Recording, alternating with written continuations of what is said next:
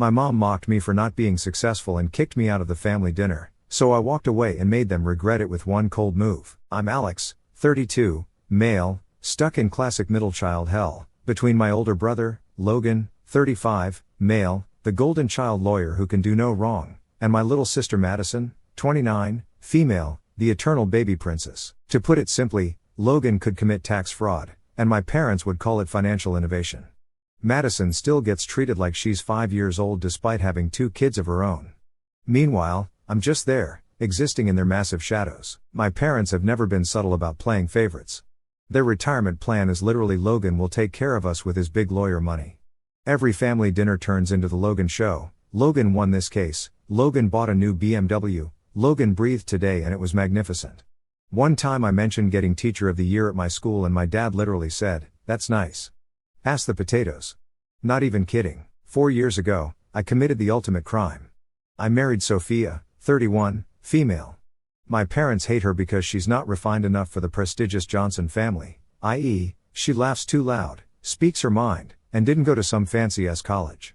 Oh, and she's a preschool teacher, which according to my mom is glorified babysitting.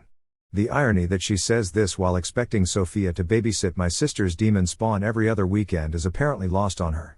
We're known as the education couple in a family that only respects careers with 6-figure salaries. At Christmas 2 years ago, my dad actually asked Sophia when she was planning to get a real job because surely playing with children all day can't be fulfilling. She almost stabbed him with a fork. And honestly, I wouldn't have stopped her, but here's the thing. For years, I've been killing myself trying to earn their approval. I go to every family function. I listen to hours of Logan worship. I convince Sophia to watch Madison's kids whenever she asks because it's the least we can do for family. My parents' words, not mine. I've tried so hard to be the good son they want. But it's never enough. They have no idea that I work my ass off with side hustles. I do online tutoring until midnight most days, curriculum development on weekends, educational consulting gigs, summer school every year, also I can save up for something big that might finally make them proud. They think I'm just scraping by on my teacher salary. My dad once had the balls to say I should get a side gig to contribute more to the family while I was literally taking a break from my third job of the day. And Sophia? They use her like a free nanny service. My sister Madison will literally text, "Watching the twins tomorrow 8 a.m., thanks." Not a question, not a request, just an assumption. But when Sophia had the flu last winter and I asked if anyone could drop off some soup or meds, dead silence. 5 days later, my mom texted, "Is she still sick?" Super helpful. My mom has this insane way of dismissing everything we do. Last month, I mentioned how one of my struggling students finally had a breakthrough and was now reading at grade level. Her response, "That's sweet, honey. But have you seen Logan's new article in the Law Journal?" She didn't even wait for an answer before shoving her phone in my face with Logan's stupid article pulled up. But I've been telling myself for years that they'll eventually come around, that one day they'll see how hard we work, how much we try to contribute, how much we care. I kept making excuses for them. They're from a different generation, they show love differently, family is complicated. All that BS we tell ourselves when we don't want to admit our family sucks. Then came the family gathering that changed everything, and I realized I wasn't imagining a damn thing. Let me give you some context here. These monthly family dinners have been happening since I was a kid. First Sunday of every month, the whole extended family comes over. It's like a Johnson tradition. My parents' house becomes a showcase for everyone's success. New promotions, vacations, purchases, all get announced and celebrated. Except mine, of course. I once mentioned a raise and my uncle asked if that meant I could finally afford a new car.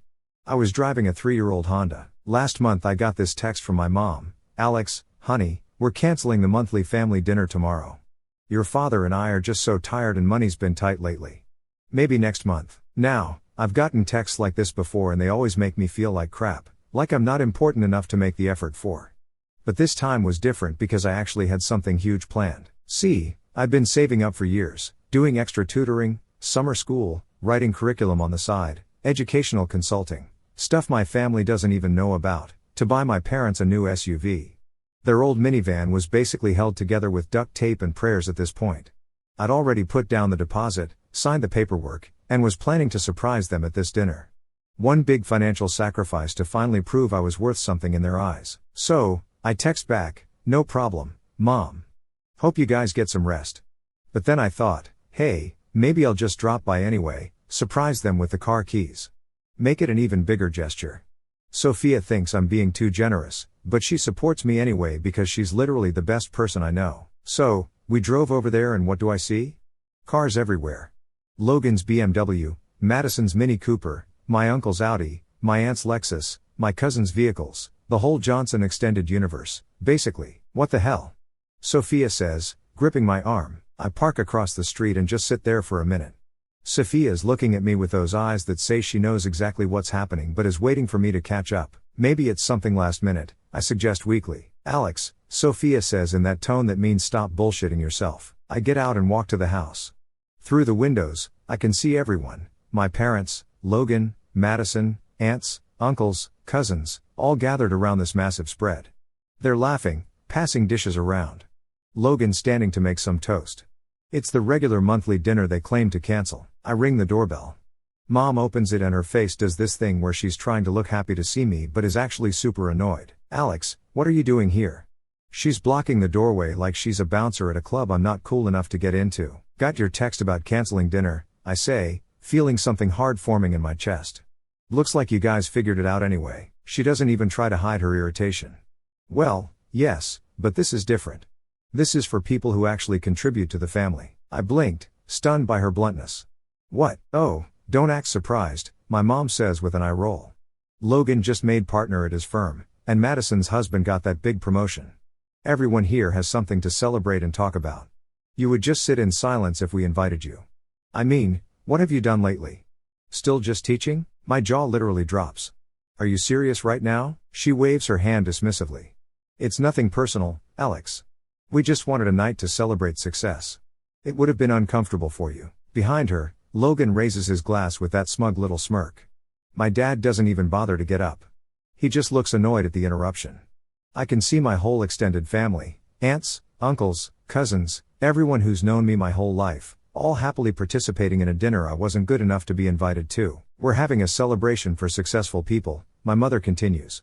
Maybe when you get a real job or do something worth celebrating, you can join us. Sophia steps forward. How dare you? I put my arm out to stop her. It's not worth it, I say quietly. I felt a strange calm come over me. This is it, the confirmation of what I've always known but tried to deny. You know what's funny, Mom? I say with a small smirk. I was actually coming over to surprise you with a very nice gift. I've been saving for 3 years to buy it for you. It's sitting at the dealership right now, paid in full. But you definitely don't deserve it. Her eyes widened in shock. What is it, Alex? Wait. Goodbye, Mom. Enjoy your celebration. I turned and walked away with Sophia as my mother called after me. I don't look back, even as I hear her calling my name. The door closes with a final sounding click. Did that just happen? Sophia whispers. Yeah, I say, feeling weirdly calm. But you know what? It's the last time it's ever going to happen. We get back in the car and I'm just sitting there, hands gripping the steering wheel so tight my knuckles are white. Sophia's crying next to me, not because she's sad, but because she's so mad. That's my wife. She doesn't cry when she's hurt. She cries when she's pissed. I'm so sorry, I say. Don't you dare apologize for them, she snaps. They're horrible people. At least now we can use that SUV money for something better, I say, trying to find a silver lining. Sophia shakes her head. I still can't believe you told them about the car like that. The look on your mom's face, though. She actually lets out a small laugh through her tears. I know you thought buying them a car was too much, I sigh. You were right all along. Hey, she says, taking my hand.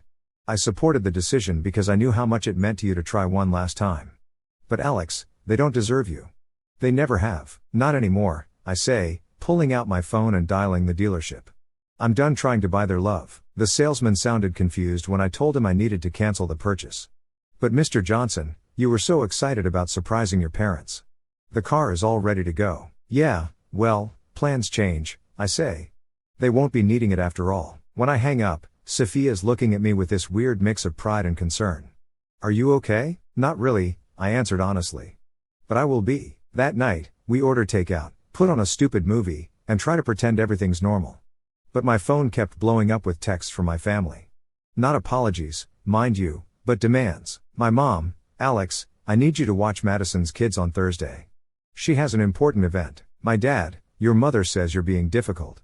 Stop it immediately. Logan, dude, mom's pissed you showed up last night.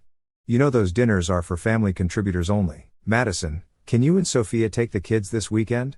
Also, can you bring those educational toys you mentioned last time? I block their numbers, turn my phone off, and toss it on the coffee table. Sophia raises an eyebrow. Not going to respond? Nope, I say, taking a huge bite of pizza. I'm officially on strike from the Johnson family circus. About damn time, she said. For the next 3 weeks, everything was like I'm living in a whole new world. No more scrambling to please people who will never be pleased. No more dreading Sunday dinners where I'm invisible unless someone needs something. But since they couldn't reach me, my parents showed up at our apartment twice. We don't answer the door. They leave notes about how disappointingly immature I'm being and how I'm breaking your mother's heart. Like, who broke whose heart? I toss them in the trash without a second thought. Then something unexpected happens. One of my educational apps takes off, like really takes off.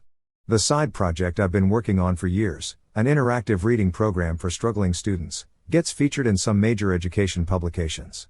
Suddenly, I'm getting offers, big offers. For 3 years, I've been building this program in secret, testing it with my students, refining it on nights and weekends. My family didn't even know about it because they never bothered to ask what I was working on. It was just Alex's little teaching thing. Now, a major educational publisher wants to buy it. The number they're offering has more zeros than I've ever seen in my bank account. Sophia screams when I show her the email. We're talking life-changing money, the kind of money my family would actually respect. I'm actually starting to think maybe this clean break might work when my aunt, I'll name her Julie, calls. The cool one who's always been decent to Sophia and me. I answer because Julie's never been part of the toxic mess. Alex, she says, her voice all hushed like she's telling me state secrets. Have you heard about Logan? What about him? I ask, trying not to sound too interested. I mean, I'd been doing so well with the whole dead to me family situation. He got fired 3 months ago, she says, her voice still that dramatic whisper. I nearly dropped my phone. What, that big Morrison case? He totally botched it. Missed a filing deadline, then tried to cover it up. Cost the firm millions in damages. They canned him immediately, but I'm struggling to process this.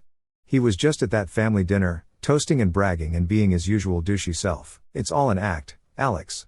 He's been pretending he's on some kind of sabbatical, but he's actually been unemployed this whole time. Just scraping by on odd legal consulting jobs. The golden child, the retirement plan, the favored son. Unemployed? Hell yeah, I mean, how? How do you know this? I ask. My neighbor's son works at the same firm. Office gossip.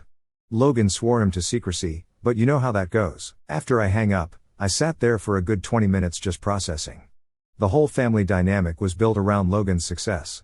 My parents invested everything in him emotionally and practically because he was their ticket to a comfortable retirement, and he'd been lying to everyone for months. Part of me felt sorry for him. A bigger part felt something like vindication.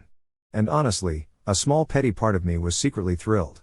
I mean, after years of being compared to Logan the amazing lawyer, finding out he's actually Logan the unemployed fraud felt satisfying. Then my phone rings again. It's Logan himself. Speak of the devil. Hey, he says, sounding nothing like the smug jerk from the family dinner. Can we meet for coffee or something? Why? I ask, not even trying to sound friendly. A long pause. I need to talk to someone who isn't mom or dad. We met at this neutral coffee shop halfway between our places. Logan looks like crap, unshaven, wearing a hoodie instead of his usual designer clothes. If I didn't know better, I'd think he was cosplaying as a regular person. So, I say after we get our drinks. Sabbatical going well? He looks up sharply. Who told you? Does it matter? It's true, isn't it? He deflates, stirring his coffee obsessively. I screwed up, Alex. Really screwed up that Morrison case. I missed a filing deadline, then tried to cover it up. They found out and, our parents think you're still the golden boy lawyer. I couldn't tell them. He almost shouts, then lowers his voice. You know how they are. Their whole world revolves around my success, their retirement plans, their status with their friends. Must be tough being the favorite, I say, not even trying to hide the bitterness. He actually laughs. You think being the favorite is easy? The pressure, the expectations. At least nobody expects anything from you. You can just be a teacher and everyone's fine with it. I stared at him. Are you serious right now? Nobody's fine with me being a teacher. Mom introduces me as Alex, who's still figuring things out. Dad asked me last Christmas when I was going to get a real job. They excluded me and my wife from a family dinner because we're not impressive enough. Logan at least has the decency to look ashamed. I didn't know they did that. Of course you didn't. You were too busy raising your glass to me through the window. He winces. Look, I'm sorry, Okay? I've been a dick, but I'm drowning here. I've got student loans, credit card debt, and now no income. I can't keep lying to mom and dad. So, don't, I shrug. Tell them the truth. I can't. Not yet. I just need a little more time to find something else. He looks at me with desperate eyes. I heard you might be coming into some money soon. Your education app thing. I froze. How do you know about that? Julie mentioned it. Said you were working on some app that was getting attention. He leans forward. Can you lend me some money just to get through the next month or two? I'll pay you back, I swear. And there it is. I start laughing. I can't help it. What's so funny? He demands. The universe, man. It's got a sick sense of humor. I got up to leave. So, you won't help me? He calls after me. Nope, I say, popping the pea. I spent years trying to get a scrap of approval from this family, forcing my wife to babysit Madison's kids, working 3 jobs to buy mom and dad an effing car. And the one time I needed to be treated like an actual member of this family, you all slammed the door in my face. So, no, I won't be helping. Walking out of that coffee shop, I feel like I'm in some alternate universe. Logan, the perfect son, the successful lawyer, the retirement plan, is secretly a disaster. And now he wants me to bail him out with my new success. The irony, when I get home and tell Sophia about the Logan situation, she just sits there with her mouth open for a solid minute. So, let me get this straight, she finally says. Golden Boy lost his job 3 months ago, has been lying to everyone, and now wants you to give him money from your app deal. Yep, and you said? I told him to get bent. Well, not in those exact words, but the message was clear. She throws her arms around me. I'm so proud of you. The old Alex would have emptied our savings account to help him. She's right. The old Alex would have bent over backwards to rescue Logan, to earn his parents' approval, to be the good son, even when they treated him like crap. But that Alex is gone. Now I'm just waiting for the other shoe to drop. Because if there's one thing I know about my family, it's that they don't take rejection well. 2 days after the coffee with Logan, I get a text from a number I don't recognize. This is your father. Call me immediately. Family emergency. Nice try, but I'm not falling for that. I block the number and go back to grading papers. The next day, another unknown number. Your mother is in the hospital. Call home. I block that one, too. Then, on Saturday morning at freaking 6 a.m., my doorbell starts ringing like someone's being murdered. I drag myself out of bed and peer through the peephole. It's my mom, looking absolutely furious. I know you're in there, Alex. Open this door right now. I glance back at Sophia, who's sitting up in bed looking concerned. Should I? I whisper. She shrugs. It's your call. But remember what happened last time you gave them an inch. She's right. I go back to the door. Mom, it's 6 in the morning. Go home. Not until you talk to me face to face like an adult instead of hiding behind blocked phone numbers. I took a deep breath and opened the door, but I didn't invite her in. What do you want? She looks shocked that I actually opened up. Then she quickly rearranges her face into what I call her concerned parent expression, the one she uses when other people are watching. Alex, what is going on with you? First, you throw a tantrum about a simple family dinner, telling me you brought a gift for us but didn't give it. Then, you cut us off completely. We raised you better than this, did you? Because from where I'm standing, you raised me to be a doormat, to give and never expect anything in return. To accept being treated like I'm less than Logan or Madison. That is not true, she huffs. We've always treated all our children equally. I actually laugh out loud at this. Mom, you literally told me to my face that I wasn't invited to that dinner because I don't contribute to the family. You slammed the door in my face. She waves her hand dismissively. You're exaggerating. I was just stressed that night. And besides, you do contribute less than Logan and Madison. What about all those times I made Sophia babysit Madison's kids? What about all the family events I attended just to be ignored? What about the SUV I was going to buy you? She pauses. What SUV? The brand new SUV I was going to surprise you with that night. The one I saved for 3 years to buy. The one sitting at the dealership right now. Her face changes. Calculation replacing anger. You were going to buy us a car? Yes, but now it doesn't matter because I cancelled it. She looks stunned. But how could you afford that?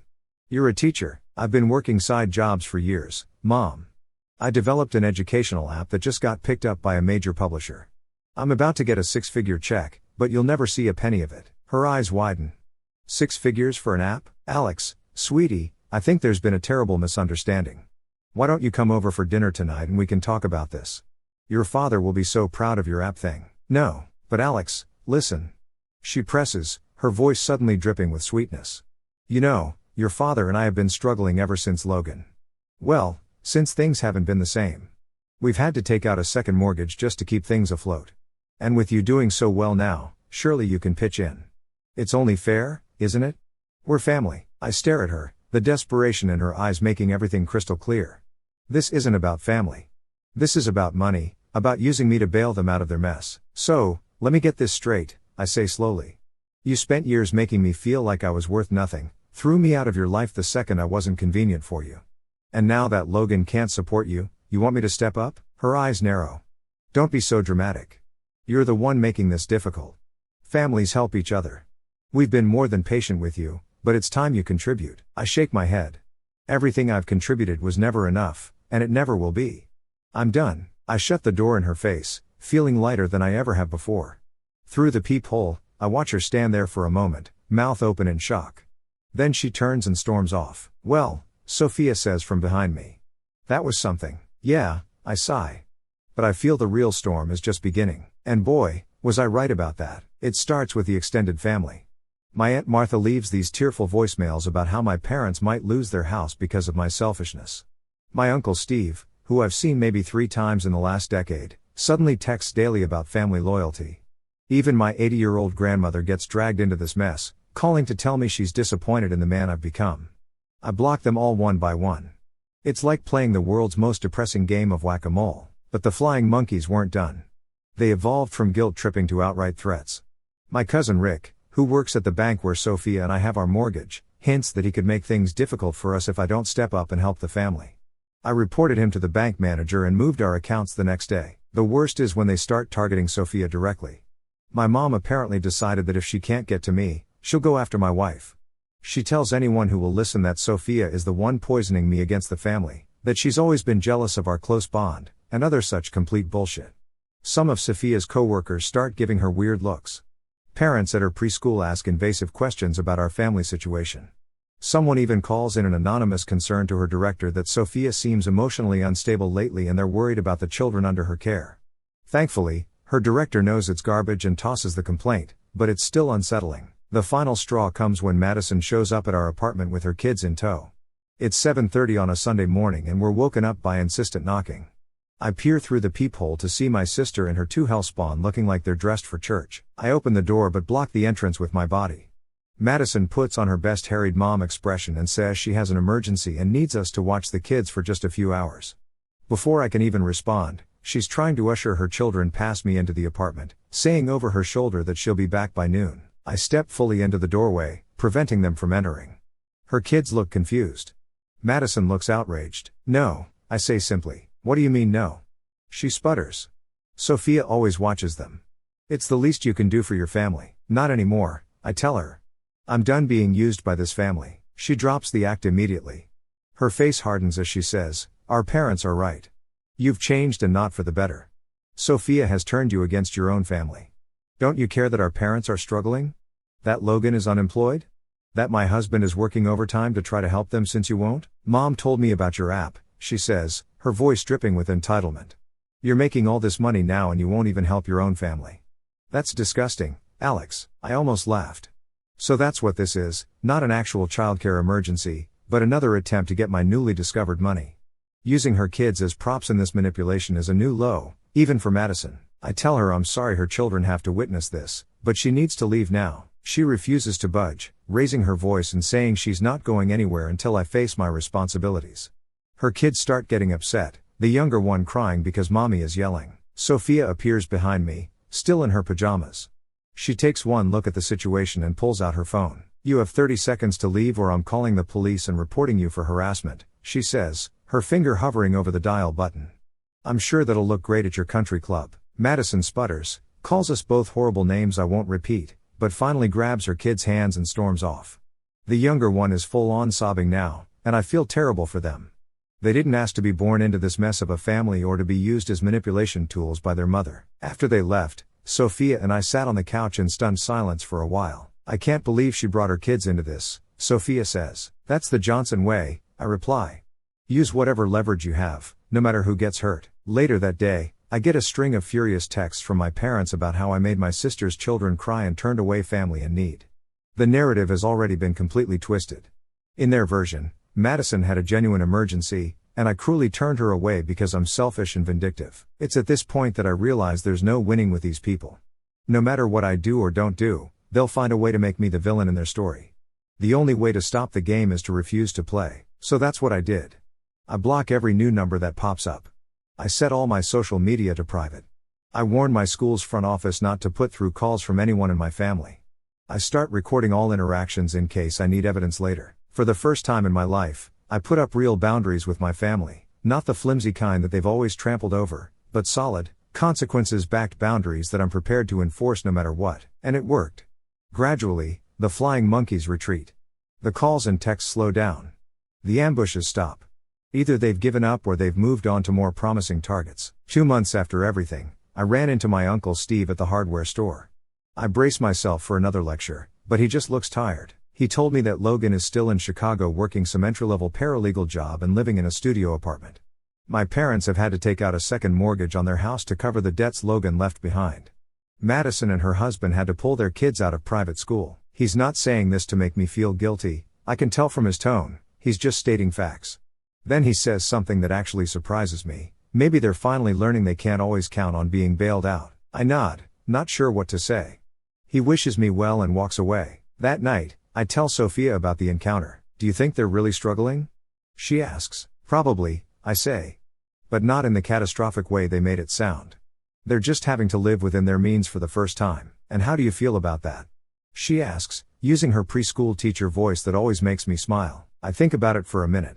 Honestly, I hope it teaches them something about consequences, about not taking people for granted, about what really matters. Sophia nods. And what about you?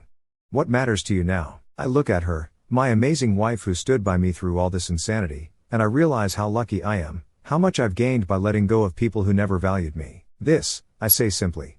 Us. Building a life that's ours, not theirs. She smiles and squeezes my hand.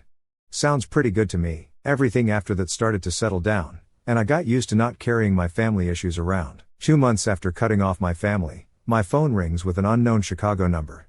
It's Logan. He's not calling to guilt trip me. He's not asking for money. He sounds different, humbled. He tells me he's been in therapy. That losing everything was actually the wake-up call he needed. That he's been doing a lot of thinking about our family, about how our parents pitted us against each other, about how he benefited from it while I suffered. I'm sorry, he says, for everything. You didn't deserve any of it. I waited for the other shoe to drop, the subtle dig, the request for help, the hidden manipulation, but it didn't come. Logan tells me he's started over. The fancy law career is gone. He's working at a legal aid clinic, making crap money, but actually helping people. He's living in a tiny apartment with second-hand furniture. For the first time in his life, he's not trying to impress anyone. Our parents are freaking out, he says. Their golden child has not only fallen from grace but seems content with his new humble life. Their retirement plan has officially imploded. I heard about your app, he says. From Julie. Congrats, man. That's seriously impressive. Thanks, I reply cautiously. I'm not asking for money, he adds quickly, as if reading my mind. I think I finally understand what you've been dealing with all these years, and I don't know how you put up with it for so long. Before we hung up, he told me something that blew my mind. I always envied you. You know, me, the family disappointment. You found something you're passionate about, he explains. You married someone you actually love, not someone mom and dad approved of. You built a life that's yours, not theirs. I had the title of favorite son, but you had freedom. As for my parents and Madison, radio silence. No apologetic phone calls, no heartfelt letters, no moments of realization. Just occasional updates from Logan about their latest drama, the house they had to downsize from, the country club membership they had to give up, Madison's husband leaving her after discovering her massive credit card debt. I realized that some people never change, never acknowledge their mistakes, never see beyond their own needs. That closure often doesn't come from them recognizing their wrongdoing, but from me finding peace despite it. Last week, I got a promotion to curriculum coordinator for the entire district. 5 years ago, I would have immediately called my parents, hoping for approval I'd never get. Instead, I celebrated with Sophia and friends who actually value me. Logan sent a congratulatory text. My parents never even heard about it, and I'm fine with that. Better than fine. I'm thriving. The Johnson family monthly dinner still happens. I hear they've moved on to glorifying some cousin who started a tech company. But now when I drive by my parents' house on that first Sunday of the month and see all those cars parked outside, I don't feel that ache of exclusion anymore. I just feel free. And oh, that SUV I was going to buy them? I used that money to start a college fund for kids from low-income families instead. Every year, the Johnson First Generation Scholarship helps a student become the first in their family to go to college. It's the best revenge I could have imagined, taking the money I once would have wasted trying to buy my family's love and using it to make a real difference instead. Turns out the greatest revenge against people who think you're nothing isn't proving them wrong. It's not needing to prove anything to them at all.